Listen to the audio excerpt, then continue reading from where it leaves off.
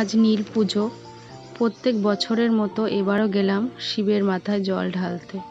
বাড়ির পাশে শিব মন্দির।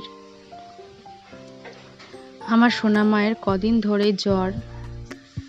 ভগবানের কাছে চাইলাম মেয়ে যেন খুব তাড়াতাড়ি সুস্থ হয়ে যায়।